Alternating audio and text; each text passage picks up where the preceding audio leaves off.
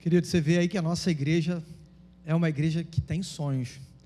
Eu falei aqui do espaço, né, e tenho sonhado com isso. Eu quero que você ore por isso, porque a gente, obrigado, a gente sonha realmente com esse espaço, a gente sonha em fazer algo bem maior do que a gente já tem feito aqui. E se eu aprendi uma coisa nessa caminhada, é que o azeite ele só para quando não tem mais botija. Então a gente tem que continuar colocando botija, e Deus vai continuar derramando o azeite. Amém? Glória a Deus. Queria fazer uma pergunta para você nessa noite. Quem aqui já iniciou algo, algum projeto, ou algo que você queria tanto na sua vida, e no meio do caminho você abandonou, você parou? Só vocês? Tem mais gente aí, hein? Tem gente escondendo a mão aí, não fica com vergonha não, gente. Nós, às vezes, somos expert em iniciativas e péssimos em acabativas, se é que existe essa palavra que eu estou inventando agora. Às vezes a gente inicia coisas na nossa vida, mas ao longo da caminhada, a gente vai deixando de lado, a gente para, trava, desiste, não consegue mais avançar, algo faz a gente parar no meio do caminho, e infelizmente, muitas pessoas vivem isso também na sua vida espiritual, começam às vezes uma caminhada, iniciam um processo de conhecer ao Senhor Jesus, têm um encontro com Ele, mas no meio do caminho, abandonam a caminhada. Pessoas que às vezes começam um curso, e largam no meio do caminho. Pessoa que começou uma universidade, começou a estudar, curso de graduação, era o sonho da vida, ser um advogado, um engenheiro, um médico, mas aí no meio do caminho, abandona, desiste, não tem constância, não dá continuidade. Infelizmente, essa é uma realidade nossos dias de hoje também. Eu conversei com uma pessoa recentemente, e essa pessoa vinha falando para mim do trauma que ela viveu durante toda a sua vida. Hoje já é um jovem com seus 35 anos aproximadamente. Ele falou: infelizmente, eu passei para 3 universidades públicas, ingressei na primeira, desisti, depois prestei o Enem de novo, passei para a segunda universidade, desisti de novo, passei para a terceira universidade e desisti também. Pessoas que começam, mas não conseguem terminar. Eu queria levar você a pensar um pouquinho sobre isso nessa noite, e para isso, eu quero pensar com você, começar pensando sobre a carta de Paulo à igreja de Corinto, 1 Coríntios capítulo 15, é interessante que esse capítulo aqui, quando a gente olha para ele, se a gente for estudar esse texto aqui, segundo o reverendo Hernandes Dias Lopes, nós podemos dividir esse texto aqui em 3 partes, a ressurreição no passado, vai até o verso 11, do verso 1 até o verso 11, depois ele fala sobre a ressurreição no presente, dos versos de 12 a 19, e depois ele vai falar da ressurreição no futuro, uma esperança bendita, a partir do verso 20 até o versículo 57, quando nós olhamos para esse capítulo aqui, nós podemos nos debruçar sobre ele para estudarmos sobre o tema ressurreição, e se fizermos isso, precisamos redobrar a nossa atenção a respeito desse tema, ressurreição. Paulo vem falando aqui para a igreja de Corinto sobre esse assunto. Paulo endereça essa carta aqui para a igreja de Corinto, e lá nos versículos 3 e 4, ele já inicia dizendo assim: pois o que primeiramente transmiti a vocês, foi o que também recebi, que Cristo morreu pelos nossos pecados, segundo as Escrituras, foi sepultado e ressuscitou ao terceiro dia. Paulo, ele traz aqui uma constatação, ele começa dizendo o seguinte: olha, Jesus Cristo, ele nasceu, ele viveu, porém, ele também foi morto, mas ele ressuscitou. Ele morreu pelos nossos pecados, mas ele ressuscitou. Reparem que nessa fala aqui, ele ressalta 3 pilares do cristianismo. 3 pilares, os principais pilares do cristianismo. Paulo, ele resume aqui nessa sua fala. Ele vem dizer que, primeiro, a morte de Cristo pelos nossos pecados. Segundo, ele fala sobre o sepultamento de Cristo, ou seja, não há qualquer questionamento, qualquer dúvida a respeito da morte de Jesus. Jesus morreu, muitas pessoas acompanharam o seu sepultamento, foram até o túmulo, viram Jesus sendo ali enterrado. Porém, o texto continua dizendo que ao 3º dia, Jesus, ele ressuscitou. O sepultamento de Cristo, ele é uma prova incontestável de que Jesus morreu. Quando Paulo relata aqui o sepultamento de Jesus, ele está dizendo assim: olha, não há mais qualquer tipo de dúvida, não há qualquer questionamento. Jesus, ele morreu, ele foi sepultado. Muitos de nós, olhamos a história, conhecemos a história, e conseguimos enxergar isso através das Escrituras, Jesus sendo morto e depois sendo sepultado. Ele também fala sobre a sua ressurreição. A cruz de Cristo sem a ressurreição dele, seria um símbolo de derrota e fracasso. Se nós olharmos para a cruz de Cristo, sem a ressurreição, poderíamos dizer o seguinte: o Evangelho é uma piada, Jesus fracassou. O Evangelho sem a ressurreição de Cristo seria uma grande farsa. Se nós olhássemos para as Escrituras e não identificarmos Jesus sendo ali ressurreto, nós iríamos falar o seguinte: o plano de Deus não deu certo, o plano dele fracassou. Se Cristo não ressuscitou, a minha fé e a sua fé seria em vão.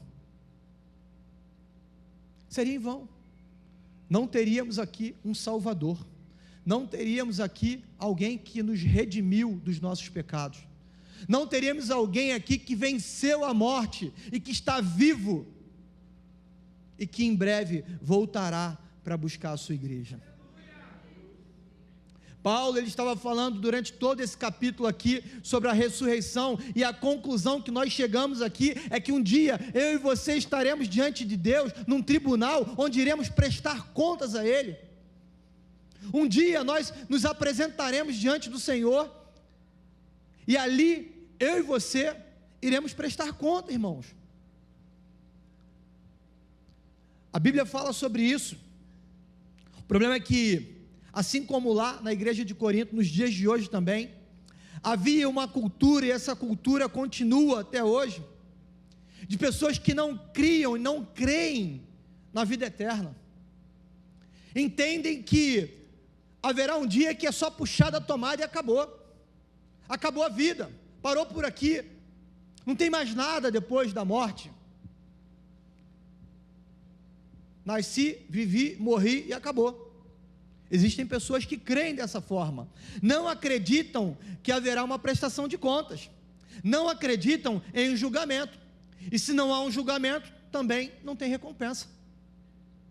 Se não tem recompensa, também não haverá punição. Logo, vamos viver a vida do jeito que a gente quer. Viva a vida do jeito que você quer, porque você não vai precisar prestar contas a ninguém. Esse é o discurso que nós ouvimos hoje. Talvez, se a gente sair daqui, der uma voltinha nos bares aqui ao redor da nossa igreja, aqui na Arnaldo Quintela, nas ruas que cortam aqui Arnaldo Quintela, e a gente for parar ali para dialogar com essas pessoas, talvez elas vão pensar assim. E o que Paulo está relatando aqui, nesse texto, lá no capítulo 15, talvez a gente vá ouvir de algumas pessoas: comamos e bebamos, porque amanhã morreremos. comamos e bebamos, porque o mundo vai acabar, e eu não quero nem saber, ao apagar das luzes, eu não quero mais saber de nada. Muitos vivem ainda esse pensamento, mas a palavra de Deus, ela prega exatamente o contrário a isso. Ela diz que Jesus voltará, ela diz que Jesus, ele retornará para resgatar a sua igreja. Um dia nós estaremos lá diante dele no tribunal, e prestaremos conta sim, e diante disso, eu quero te fazer uma pergunta: em que você acredita? Você acredita que haverá realmente esse dia onde nós nos encontraremos com ele? Essa pergunta, ela precisa ser respondida não apenas com um discurso bonito, um discurso eloquente, um discurso bacana. Não, eu creio, pastor, não tenho dúvidas disso, mas eu quero dizer para você que não adianta nada um discurso bonito, não adianta nada um cargo na igreja, não adianta nada essa fala ser muito bacana, muito eloquente, mas como você tem vivido a sua vida? Será que você tem vivido a sua vida como se não houvesse amanhã? Ou será que você tem vivido a sua vida sabendo o seguinte: eu tenho responsabilidades e um dia eu vou prestar contas ao Senhor daquilo que eu faço aqui? Paulo, ele está levando a igreja a pensar a respeito disso. Paulo está dizendo para a igreja de Corinto o seguinte: olha, eu sei que vocês têm uma cultura grega aqui já implantada, enraizada em vocês, mas olhem, Jesus Cristo, ele ressuscitou e ele vai voltar, essa é a nossa esperança, nós cremos nisso. Nesse momento, eu quero convidar você também para olhar para um versículo que me chamou muita atenção.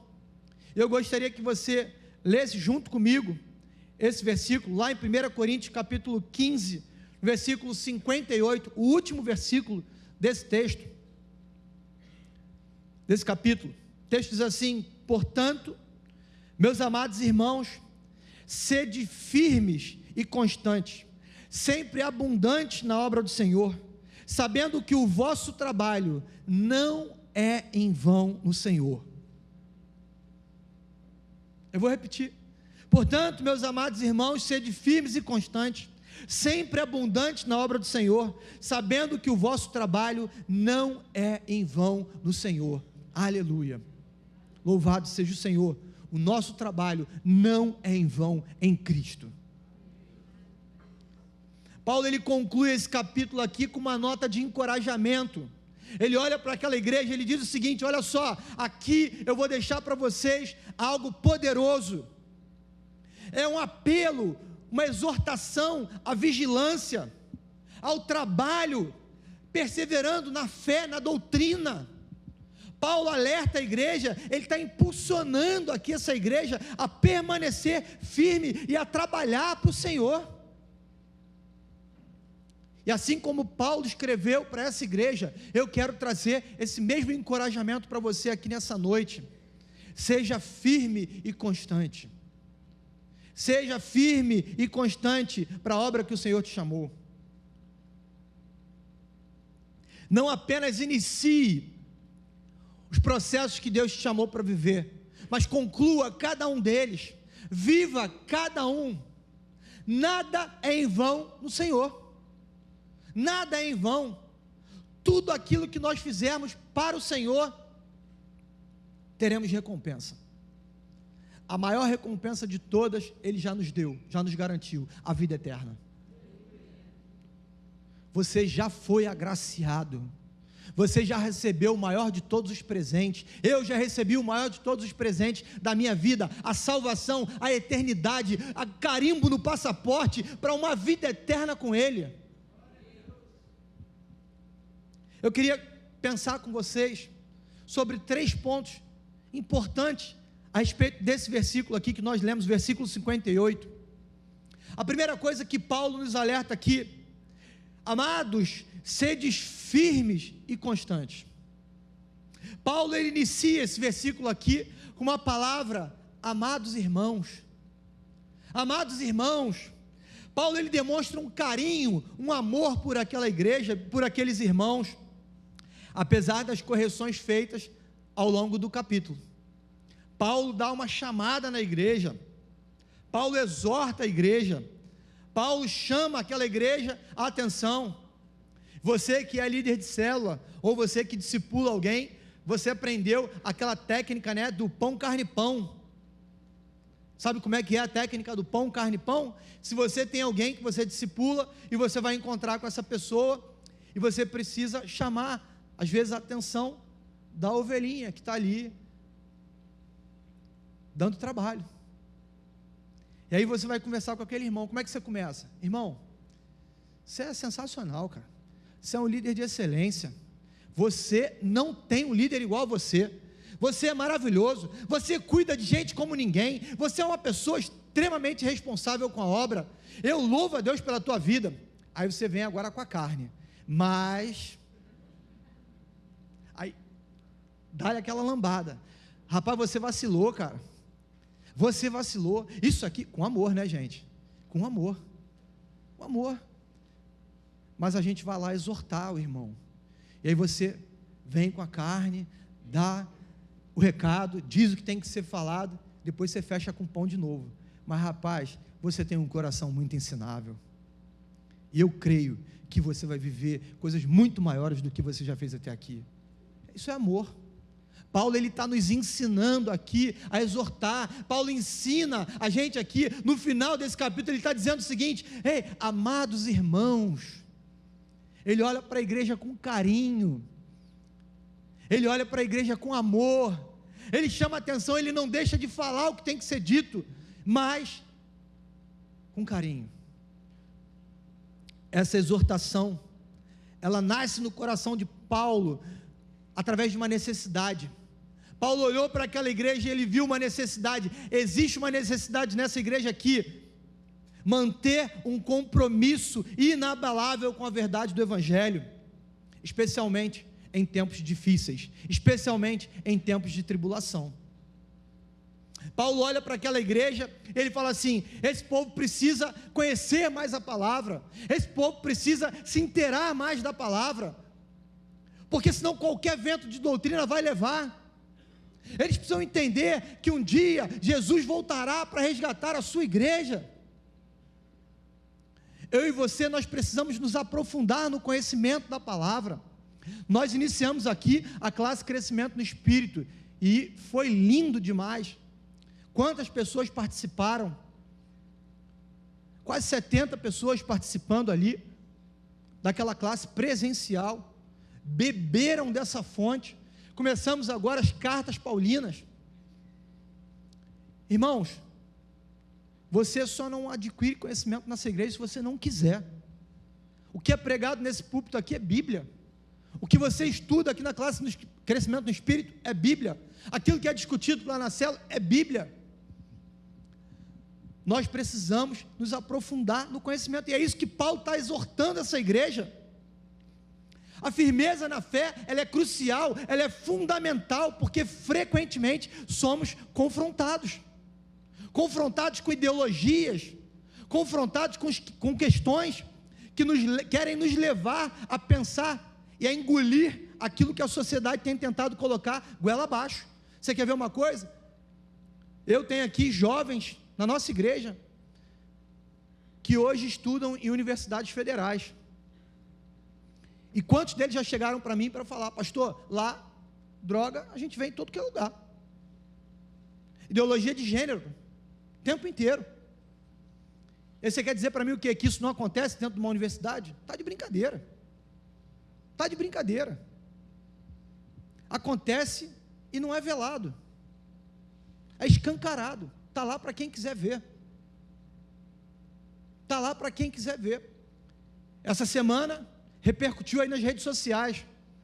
Uma universidade lá no Maranhão chamou uma pessoa, e essa pessoa debruçou sobre uma mesa de 4 apoios, colocou as suas nádegas para fora, falando um monte de palavrão, ensinando algo dentro de uma universidade. Aí eu falo para você: não está escancarado não? Não querem colocar isso goela abaixo da gente não? Mas se nós não estivermos aqui plantados na palavra, comprometidos com a palavra, a gente vai ceder. Daqui a pouco, isso está entrando por dentro das igrejas. Daqui a pouco, isso está lá dentro da tua casa. Daqui a pouco, seu filho está repetindo esse mesmo comportamento. Nós não podemos aceitar isso. É o que Paulo está dizendo aqui para essa igreja. Irmãos, olha só, vocês têm que estar fundamentados na palavra. Muitas vezes, como eu falei aqui, nós somos excelentes em começar grandes obras, mas às vezes a gente não conclui. Quantas vezes nós desistimos também com o Senhor? Quantas vezes? E o que Paulo está dizendo aqui é chamando essa igreja para ser firme e constante. Eu e você precisamos ser firmes e constantes no conhecer o Senhor.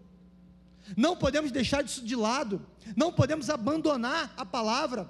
Lá no seu tempo a sós com Deus, no seu tempo de leitura diário da palavra, não deixe isso de lado. Seja firme e constante. Não troque o seu tempo a sós com Deus por nada. A constância é uma qualidade fundamental daquelas pessoas que alcançam sucesso. Às vezes, o pastor Josué, ele usa uma frase que eu gosto muito. Ele fala que o motivado, muitas vezes, ele vence o capacitado. Quantas pessoas extremamente inteligentes, extremamente capacitadas, mas que não são firmes e constantes, e abandonam no meio do caminho em tantas coisas. Aí vem alguém que nem é tão inteligente assim, mas é constante, é firme, e avança muito mais. Avança muito mais. Por isso que Paulo está nos exortando a sermos firmes e constantes. A constância aqui também deve ser lá na sua casa. Tem hora que dá vontade de jogar tudo para o alto, sim ou não? Tem hora que você cansa. Tem hora que durante a caminhada parece que fica pesado. A gente fala assim, não, eu vou jogar tudo para o alto. Eu vou abandonar o casamento, eu não quero mais saber de marido, eu não quero mais saber de filho, eu não quero mais saber de mãe, eu não quero mais saber de ninguém, eu vou viver a minha vida. Mas a gente precisa ser firme e a gente precisa ser constante. Não podemos jogar para o alto aquilo que o Senhor nos confiou. O segredo da vitória, o segredo para você vencer na vida, constância. Alguém que estuda para concurso público precisa ter constância. Eu conversava com o Douglas outro dia. Douglas gosta muito de prestar concurso, não parou não, né, Douglas? Vai continuar aí. E ele estava dizendo para mim assim, quando eu pego às vezes um concurso para estudar, eu olho a banca, eu começo a olhar lá, vejo provas que eles já fizeram, e começo a estudar. E aí você tem que ter uma rotina. Outro irmão aqui da igreja também, Moisés, estava falando comigo ontem sobre isso. Ele falou, pastor, eu separei um tempo aqui para estudar para um concurso específico que eu queria fazer, e todo dia, naquele horário, eu estava lá, eu parava tudo para poder estudar, tantas horas de estudo por dia. Constância. Constância. Quanto mais você faz, melhor você fica. Quer ver um exemplo disso? Qual é a diferença entre um esportista e um atleta? Você que é um esportista, é aquele que acorda de manhã e fala assim, vou dar uma corridinha hoje, 3 vezes por semana, você vai lá, coloca o seu tênis, vai dar uma corridinha. Hoje vou correr 5 km só, estou muito cansado. Aí, poxa, amanhã vou correr 8 km. Outro dia, não vou correr não. Você é um esportista, gosta de praticar um esporte, joga aquela peladinha segunda-feira lá na lagoa com os homens de atitude aqui da igreja, né? Vai lá jogar aquele futebolzinho. Gosta de praticar um esporte. Agora, o atleta não. O atleta ele tem que ter constância. O atleta ele tem regra, ele tem hora para acordar, ele tem hora para dormir, ele tem hora para comer, ele tem hora para treinar, ele tem hora para fazer as atividades específicas, ele tem hora para tudo. Ele tem constância. Se o treino dele é todo dia, estou doente, às vezes tem atividade até para o dia que ele está doente. Estava conversando com a Giovana, nossa atleta do melhor time aqui do Rio de Janeiro, do Flamengo, né, judoca lá.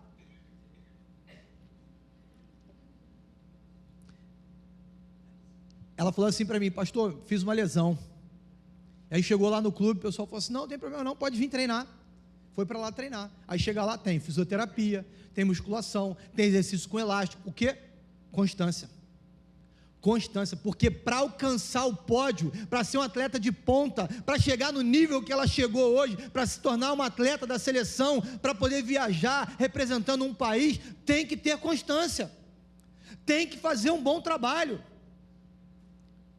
tem que estar ali dia a dia, melhorando sua performance, querendo superar as suas marcas. Um atleta de corrida, de natação, ele pensa assim, poxa, corri agora 400 metros em tantos segundos, agora eu preciso diminuir meu tempo. Ele começa o quê? Cada vez mais firmeza e constância no treino, para que ele consiga reduzir. Na caminhada com Deus, precisamos dessa constância também. Precisamos ser um atleta espiritual, alguém que quer sempre bater a sua marca, não um esportista. Hoje eu estou afim, vou lá, abro a Bíblia e leio. Hoje eu não estou afim, não vou ler. Hoje eu não vou falar com Deus, não. Hoje eu não quero nem saber dele, não vou nem orar. O tempo está feio, não vou fazer meu tempo a sós com Deus. Está muito sol, hoje não vou fazer, não. Não. Precisamos ser atletas espirituais, termos constância, sermos firmes nas nossas decisões. A primeira chave para você que quer romper a sua vida: seja firme e constante. Não deixe que as lutas, as adversidades, elas façam você desistir. Seja firme e constante na sua vida de oração. Seja firme e constante no seu casamento. Seja firme e constante com o seu filho. Seja firme e constante servindo aqui na igreja. Se você serve no Kids, seja constante. Se você serve na técnica, seja constante. Quantas pessoas, às vezes, no meio da caminhada de uma liderança de célula, chega e fala assim: poxa, pastor, está cansado demais, está cansativo demais, pastor, eu não estou aguentando mais, quer jogar a toalha. Irmão, já pensou se Jesus, no caminho da cruz, ele falasse assim: está cansado demais, não vou não, Eduardo. Coitado de mim, de você.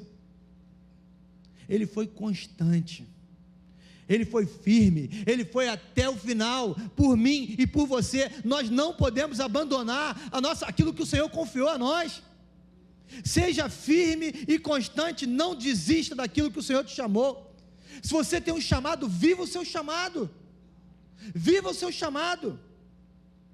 A segunda coisa que Paulo nos ensina aqui, através dessa palavra: sejam abundantes na obra do Senhor. Paulo, ele chama aqui os crentes da igreja de Corinto para serem abundantes na obra do Senhor. Esse chamado de abundância na obra é um lembrete para aquele povo, dizendo o seguinte: olha, nós devemos viver em resposta à graça e à esperança que temos em Cristo Jesus. O nosso servir precisa ser uma resposta àquilo que Deus fez por nós. Você tem noção do que Ele fez por mim e por você? Você tem ideia do que Jesus nos garantiu? A vida eterna, irmãos. Custou a vida dele, custou o seu sangue, custou deixar o seu trono de glória e se fazer homem para morrer numa cruz. Nada do que eu e você fizermos aqui vai pagar o preço que Ele pagou, mas nós precisamos servir a Ele de todo o coração, sabendo que o nosso trabalho aqui não é inútil, mas tem um propósito eterno. Quando você semeia na vida de alguém, estava falando agora no treinamento do Vida Vitoriosa, nós nos preparamos para ir para o Vida Vitoriosa, todo domingo, essa equipe que vai servir lá no Vida Vitoriosa, o povo é doido, o povo paga para trabalhar e ainda vem para cá durante 4, 5 domingos, para a gente poder passar por um treinamento para chegar lá no Vida Vitoriosa para te servir. Sabe o que é isso? Paixão por gente, amor por vidas, crente contagiante, alguém que entendeu o seguinte: eu fui alcançado pelo Evangelho e agora eu quero servir, aquilo que Ele fez por mim, eu quero fazer pelo outro também. E ali naquele treinamento, eu tenho certeza que cada um deles que está ali se disponibilizando a servir, entendeu que precisa ser abundante na obra do Senhor. Ser abundante é ter também um compromisso ativo com Deus e com a sua igreja, é ser diligente no servir a Deus. Não é gente que faz de qualquer jeito, não é gente que olha e fala assim: hoje eu estou na escala, mas eu não vou não, hoje era para eu estar lá na igreja, servindo, mas eu não vou não, vou ficar em casa hoje. Irmão, deixa eu falar uma coisa para você, ninguém faz do jeito que você faz, ninguém faz. Se era você que estava na escala, então venha, participe, faça, porque Deus te colocou nesse lugar, o chamado é teu, é para você. Quando você está ali, abrindo aquela porta da recepção, dando aquele sorriso, aquele abraço que só você sabe dar, ninguém tem um sorriso como o seu, ninguém tem um abraço como o seu, ninguém tem um olhar como o seu. Aquela pessoa que entra por aquela porta ali, que é agraciado pelo teu sorriso, que é agraciado por um aperto de mão que você dá, essa pessoa vai falar assim: meu Deus, cheguei lá na igreja Batista Atitude da Zona Sul, fui mais bem tratado do que qualquer lugar que eu já passei na minha história. Que abraço, que sorriso, que lugar que acolhe. Essa é uma marca dessa igreja, irmãos, e eu louvo a Deus pela tua vida. Eu louvo a Deus porque aqui nós temos pessoas que servem dessa maneira, são abundantes no compromisso, no serviço do Senhor. Ontem nós tivemos aqui Fun Day, momento especial para as nossas crianças. Isso aqui virou um parque de diversão para eles, tinha escorrega ali, tinha um monte de brinquedo, a criançada fazendo festa, você deve ver resquícios ainda aqui na igreja de alguma coisinha ou outra, uma parede suja ali de tinta, uma coisa de maquiagem espalhado, mas fizemos um movimento aqui. A Rose do Anderson estava aqui ontem, guerreira, trabalhando, sobrou até para o pastor, tive que vir para o palco para poder fazer cena aqui com os palhaços.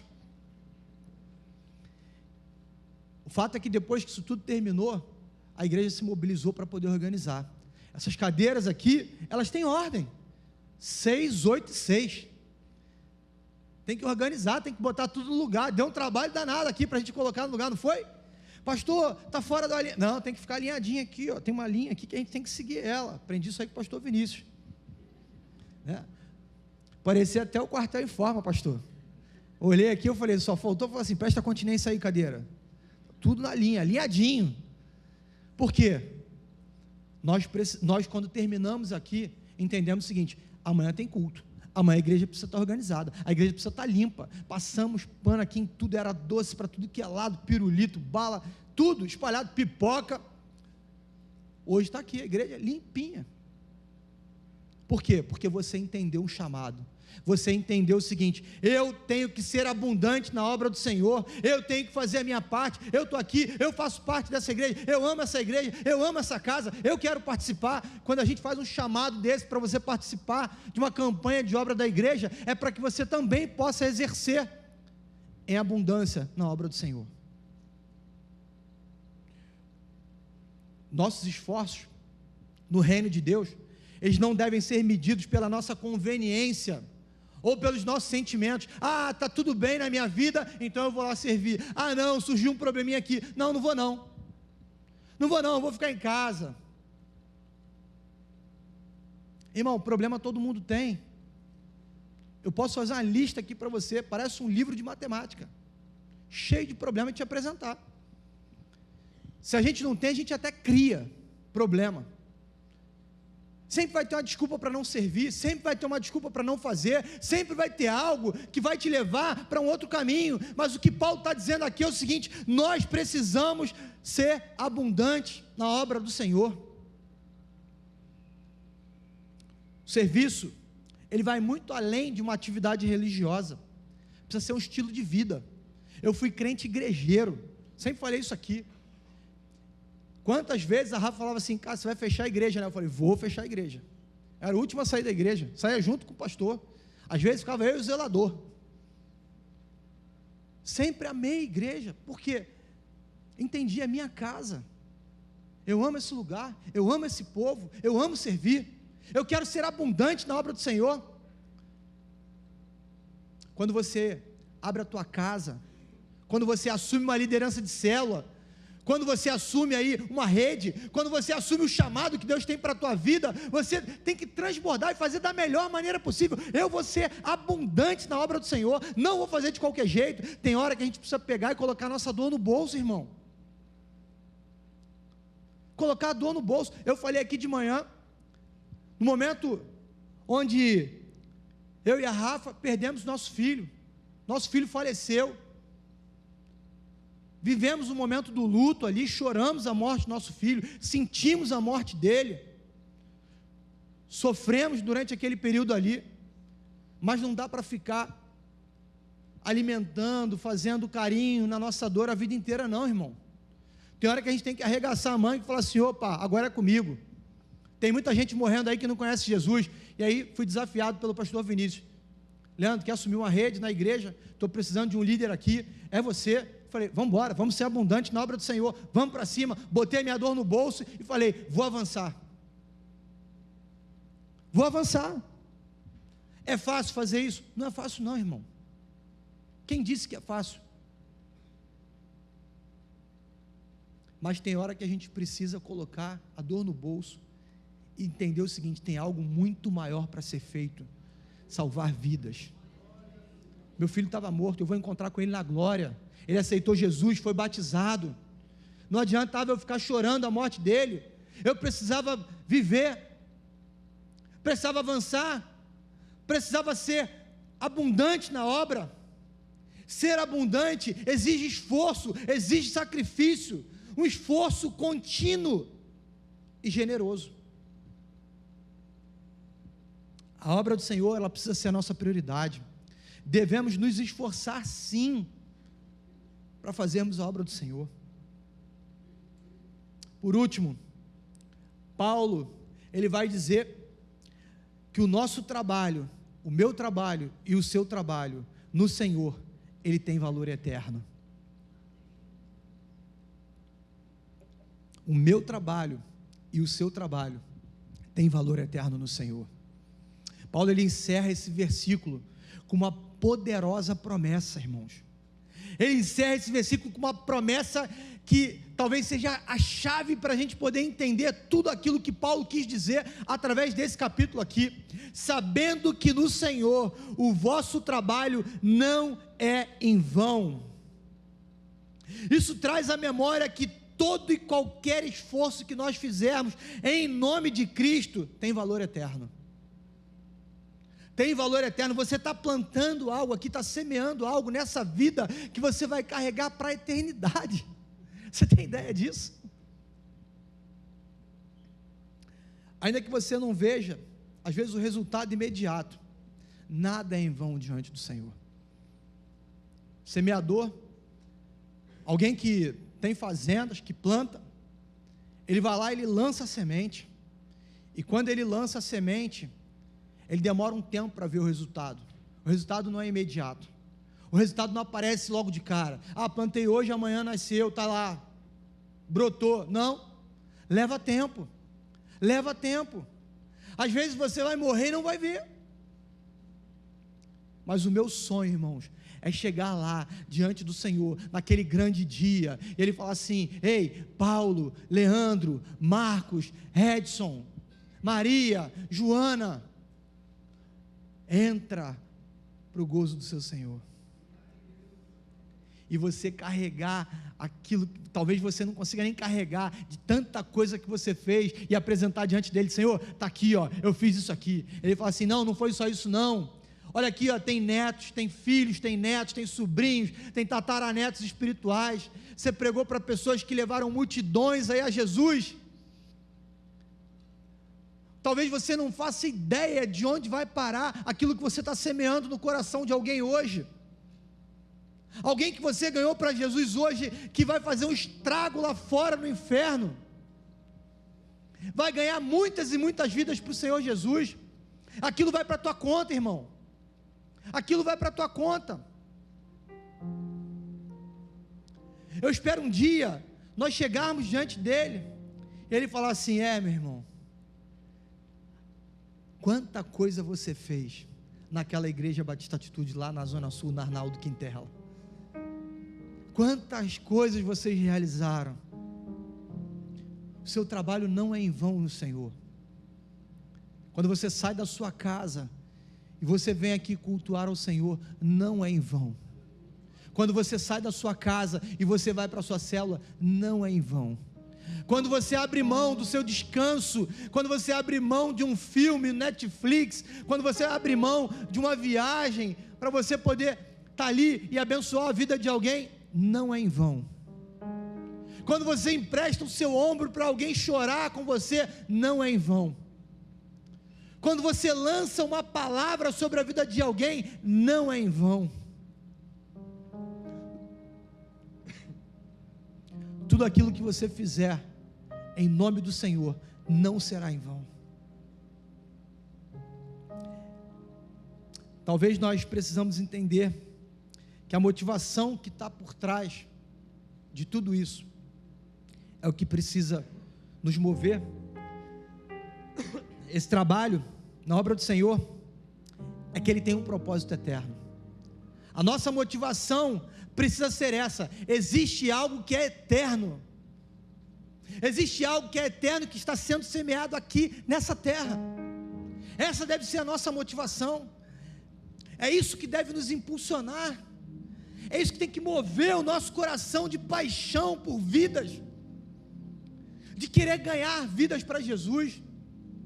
Não é possível, irmãos, que isso não mexe com você. Não é possível que eu me torne indiferente a isso. Eu estava comentando, essa semana, saiu aí em vários jornais, eu recebi lá no grupo do prédio, eu moro aqui bem pertinho, e ali na minha rua tem uma marquise, lá no final da rua, bem pertinho da Rua da Passagem, e tem algumas pessoas em situação de rua que dormem ali, e ali, essa semana, chegou um homem, e ele pega um balde assim, com líquido, o vídeo mostra ele com um balde, um líquido dentro, ele joga numa pessoa que estava deitada num colchão, e ele joga no outro, ele sai jogando em tudo, daqui a pouco ele pega como se fosse uma vassoura, era uma tocha, ele acende, ele taca fogo em tudo. O objetivo dele era matar aquele homem que estava ali, ele tentou matar aquele homem. Irmão, se isso não mexe com a gente, a vida perdeu valor. As pessoas estão matando por qualquer coisa, por uma pedra de crack. Você pode ser morto, assassinado. Semana a pastora Natália, lá da IBA, de Niterói, estava voltando lá da igreja do Meia. Os homens abordaram ali o carro, uma tentativa de assalto, ela instintivamente tentou fugir, eles abriram um tiro para cima dela, lá deram uns 3 tiros para cima, ela entrou numa curva, perdeu o controle do carro, capotou com o carro, rachou um poste no meio, perda total no carro. Graças a Deus, ela saiu de lá com apenas algumas escoriações no corpo, bateu com a cabeça no vidro, levantou do carro, saiu, ela e a pessoa que estava do lado dela, passou uma noite no hospital, lá em observação, está bem. As pessoas não amam mais o outro, mas nós como igreja precisamos ser abundantes no Senhor, precisamos transbordar esse amor, precisamos ser firmes e constantes no chamado que nós temos. Portanto, ide e pregai o evangelho a toda criatura. Esse é o seu chamado principal. Essa deve ser a nossa motivação.